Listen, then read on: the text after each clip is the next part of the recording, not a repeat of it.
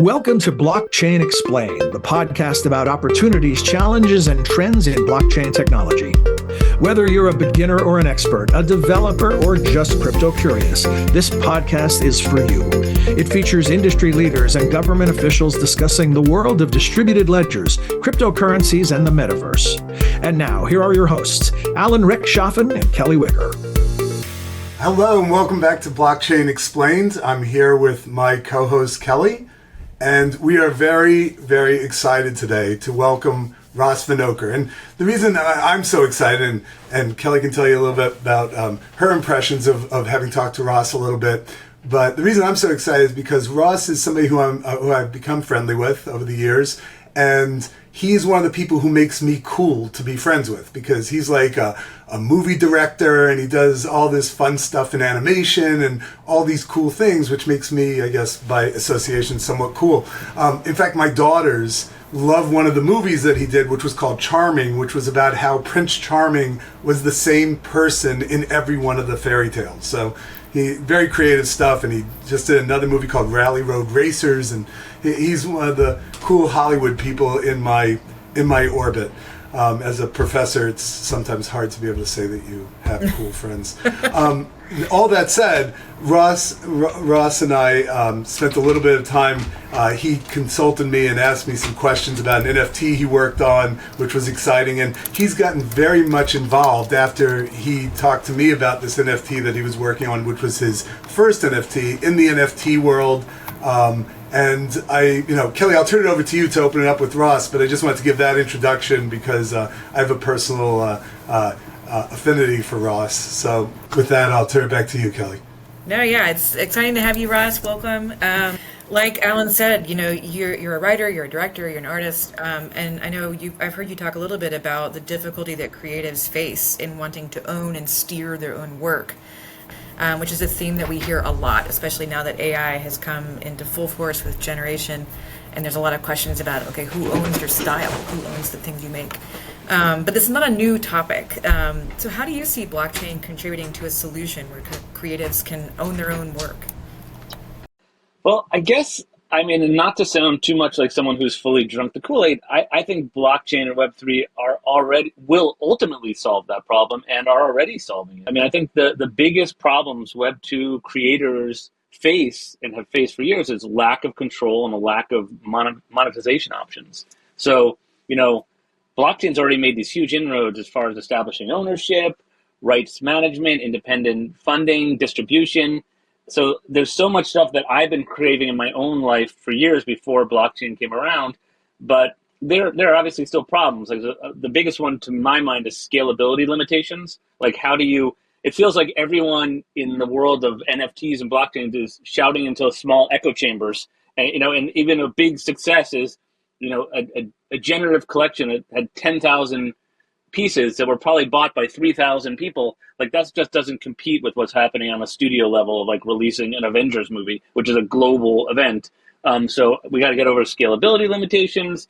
I think we have some problems with the user experience, like how it's so intimidating and unfamiliar to the mass of the people that you bring up words like crypto and NFT and digital wallet, and I think we have to move all that to the back of house and stop talking about that stuff. And then, of course, a big one is regulation uncertainty. It's scary to be creating in a place that's being regulated, or they're figuring it out and wondering, wait, am I potentially breaking the law right now? Am I making a security? And what is a security? I'm just a creative writer. I have no idea what securities are, but I'm hearing that I might be running afoul of the U.S. government. I would love clarity around that. And I think a lot of creatives would. And then, of course, the big new kid on the block, as you mentioned, is AI, that's much more of an existential thing in its nature, I think. And, what does it mean to be a creator in a world where maybe creation in the future is just going to be prompt driven? I don't have an answer to that, but like I did with NFTs, and I just jump in because I'd rather be part of the solution than later on have a solution handed to me. I just wanted to interrupt you for one second, because you were talking about very like somebody who's very deep involved in NFTs, which you are. I was wondering if you could take our listeners, our viewers, through your through your evolution through NFTs, so they could understand how the market has evolved, how the use cases have evolved. I mean, one of the things you said that people are afraid of NFTs because of legal things, and there were all these stories about people doing bad things with NFTs and with cryptocurrency. And we had one of the business heads from Mattel on, and he was talking about how they don't use the word NFTs; they talk about collectibles because of some of the history here. But if you could tell us a little bit about your history and how that mirrors the evolution of NFTs, I think that would be very helpful to people who are thinking about regulating this.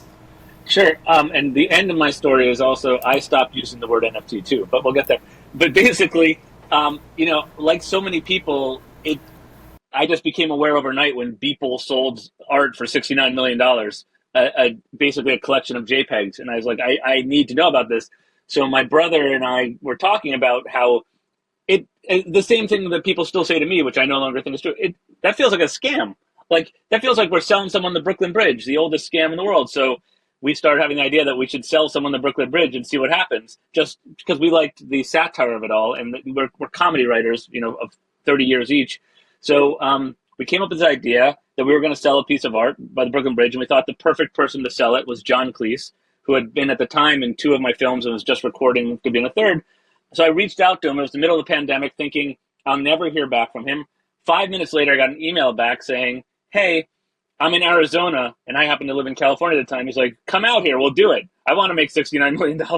So flew out to Arizona for the weekend. He was staying in a random house with his daughter and some other people, and John painted the Brooklyn Bridge, and we decided to mint it on Ethereum and create an auction. And we literally had no idea what we were doing. We made every possible mistake you could make. We were burning gas fees, spending thousands of dollars.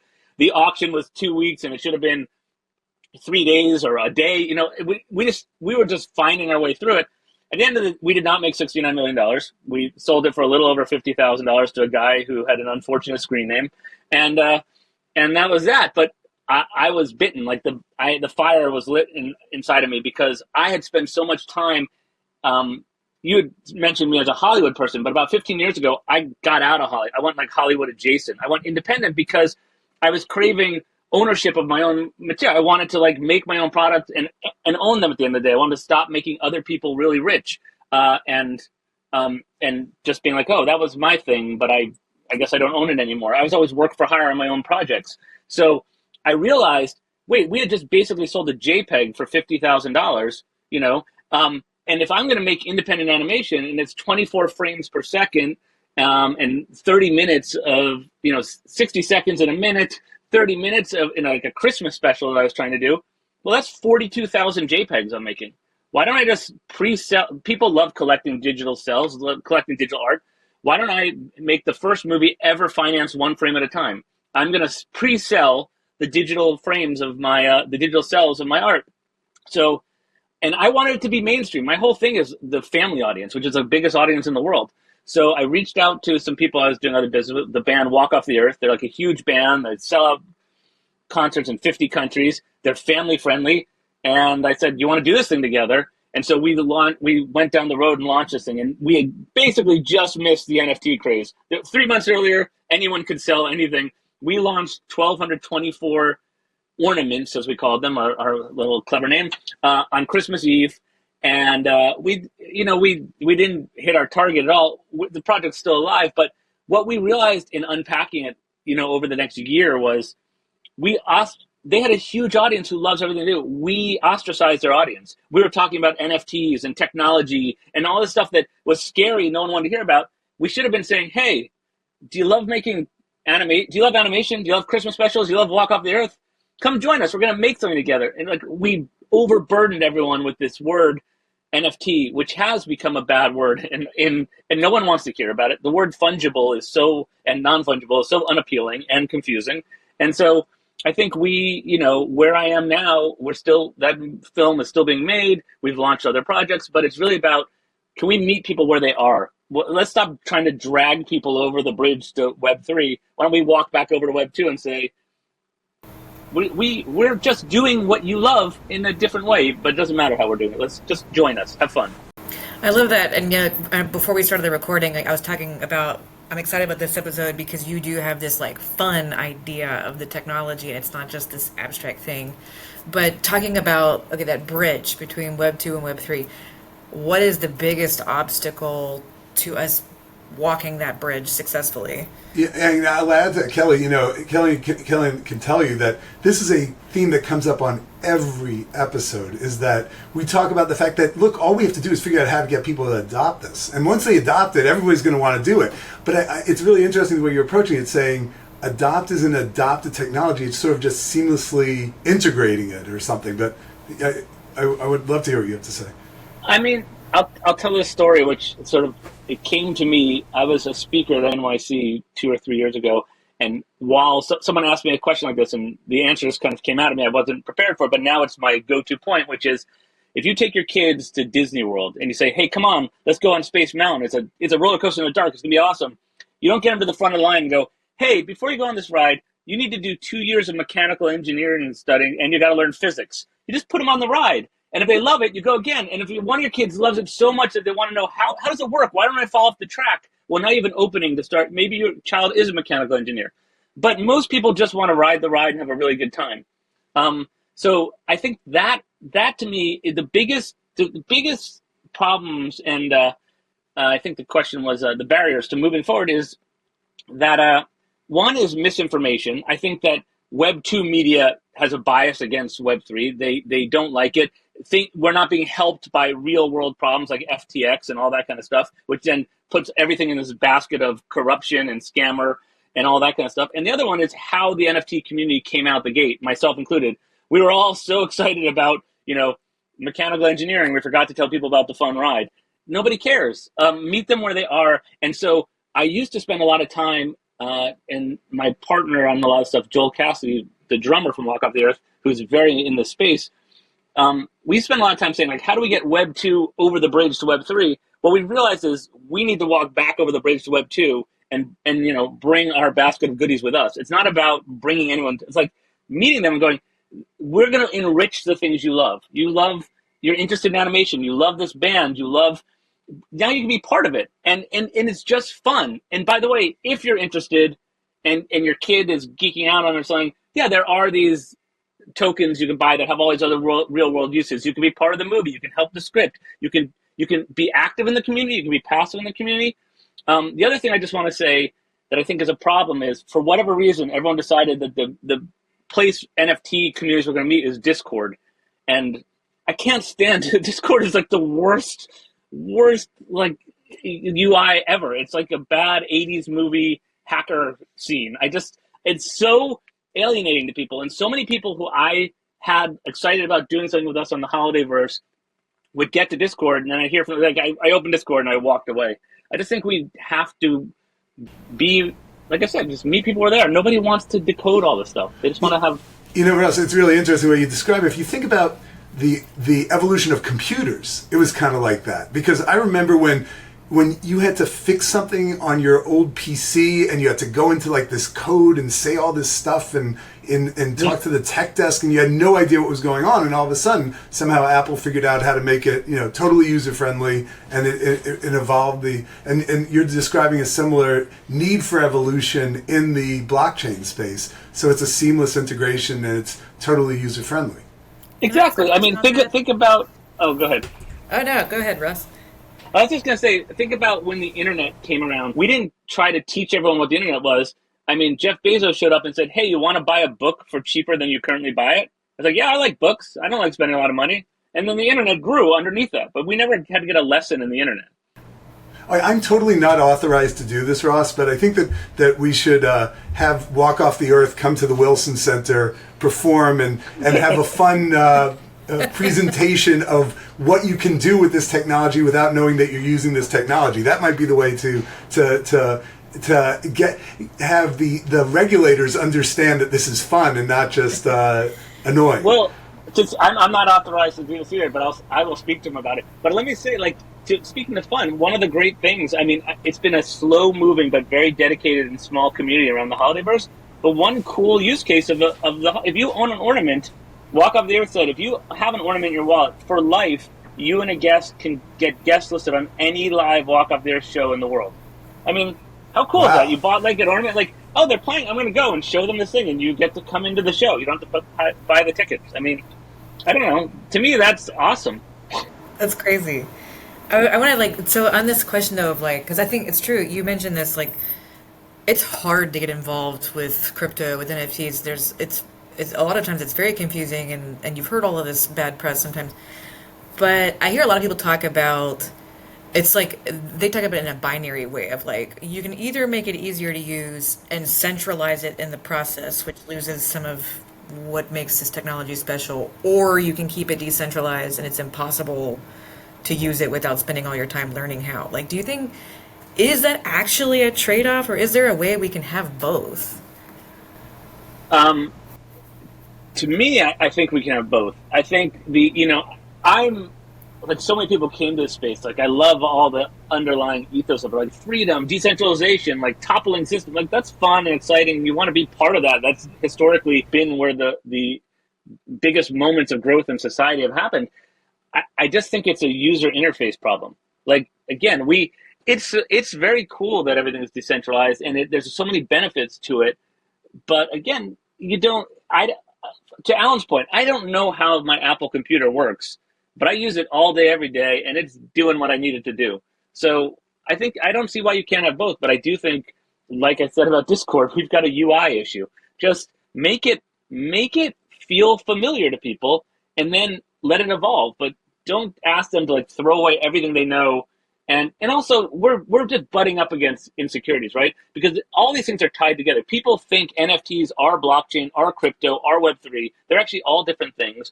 And crypto is this existential threat to people. Like, you want to take away my money?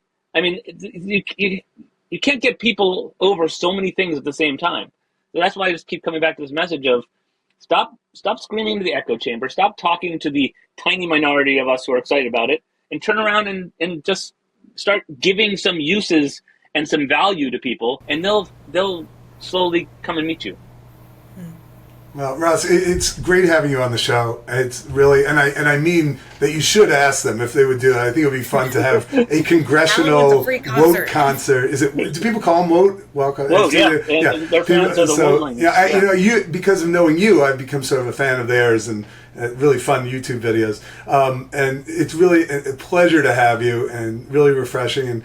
And Kelly, I think Kelly asked the right questions, and I do wonder how much people care about the technology, how much people care about the question of decentralization anymore. I think the original founders of cryptocurrency, like Satoshi Nakamoto and the early stages, really cared about the concept of decentralization. I wonder, I'm not saying that they don't, how much people care when they can actually do fun things with it, even if they have to integrate Web 2 technology. Yeah, I don't know. I don't know how much people care. I suspect not as much as the creators care. So I think the way it ends up playing out is creators come to the space and they realize, oh, I can be protected here. I can, I think about this one person all the time. And this person, I don't know who this person is, if it's a man or woman, the person who drew the first sketch of the Minions. I think of those words like that person probably got paid between $750 and $2,500 for that week of work, right? Because they're probably whatever level artist they were on the project. What is Universal made on that sketch? $2 billion, $3 billion? I guarantee you that person never got a royalty check. So then I think about the people who are driving the creative of the things we love, the SpongeBob toys we buy, all this stuff. All these people are coming into this space now, going, wait, I can create something. At the end of the day, not only will I own it, all the people who supported me owned it, and they're all gonna profit. If I profit, we all profit together. I love these kind of concepts.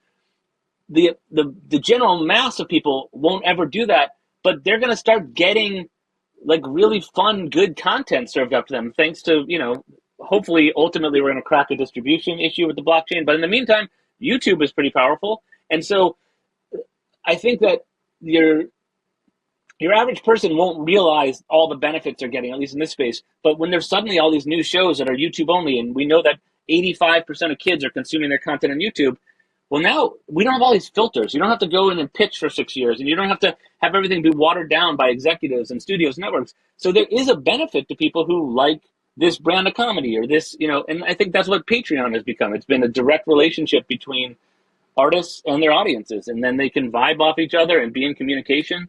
And I witnessed it firsthand. Like I said, Holidayverse has been plagued with issues. We're still fighting to get it done all the time. But in this community, people who love Walk Off the Earth, they spend time talking directly to Walk Off the Earth. We're on, we have paused for a while, but initially we were on monthly updates, and you come on a big Zoom call or Discord meeting, and there's the band. They're talking to you. They're telling you what's up. You have an opportunity to be in the movie with them. It's just, I think these sort of new experiences will be exciting to people, and whether or not they ever realize it had anything to do with Web3 doesn't really matter. Well, Russ, we're coming to the end of our time, but I do like to always ask one last question. What's the most exciting thing you see ahead in the development of these technologies?